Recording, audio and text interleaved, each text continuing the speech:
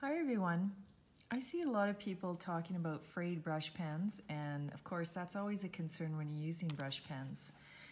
Every brush pen will generally break down and get frayed over time. I'm going to use my lined paper and show you how you can use a frayed brush pen, and it's pretty simple. So I have one of my dream pens.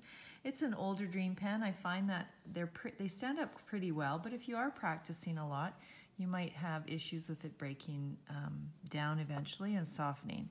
So I'll show you what I mean by softening. You can tell your pen is frayed when you have a light upstroke. So if you look at that, oh, maybe I should zoom in some more. So your downstrokes will be fine. It's when you have an upstroke that the softer tip will show that it is kind of uneven. So your brush tip is frayed when you see these lines like this. Now, if you have a light hand, you're going to have an issue of those light upstrokes showing up unevenly when your brush is super soft.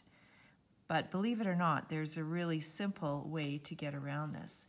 And that is by, and it's good practice too, it's by making your thin upstrokes a little bit thicker.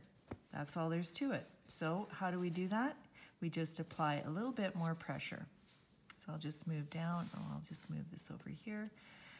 And I was trying to be super light in pressure, and now I'm going to just apply a little more pressure and have an upstroke. So those of you who want super thin upstrokes, you're not going to get it if your large brush tip pen is soft or frayed and you've used it a lot.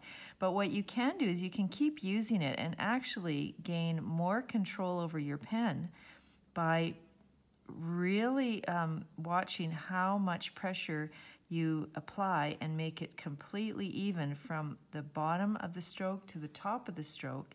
You can see there I wasn't completely applying the right pressure. So you start with a little bit more pressure. Ooh, that's a bit wiggly. And you go straight up. And you keep that line even. And let me tell you, this is a hard exercise, but it will allow you to use those soft brush pens a lot longer than you would expect. So let's say I'm writing with my soft brush pen. And I will write, let's say I'm trying to be super light, and I'll write the word hello. And you can see it there. So when I have my light upstrokes, I'm being very light with my touch, and my soft pen, oopsies. I'm going to zoom in right away so you can see what I'm talking about. You'll see the soft pen strokes as being, the light upstrokes rather, as being uneven. You see that? Right there and there. Okay, so now what I'm going to do is apply a little bit more pressure on my upstrokes and it will improve. So I'm just I'll write the word hi. See that thicker upstroke? But I'm going to push down a lot and create that thick downstroke.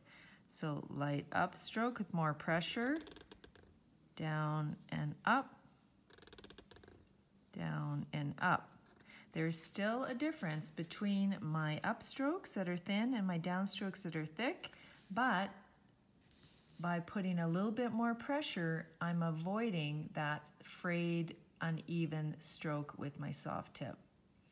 So if you're working on a special project, you know what, of course I have pens that I use only for those, so they are new and the tips are stiff and I can get really thin upstrokes, but the softer pens I still continue to use, and actually it pushes me to control my thin upstrokes and my pressure a lot more. So try using those soft pens and you might surprise yourself and also develop more control over your technique. Thanks for watching.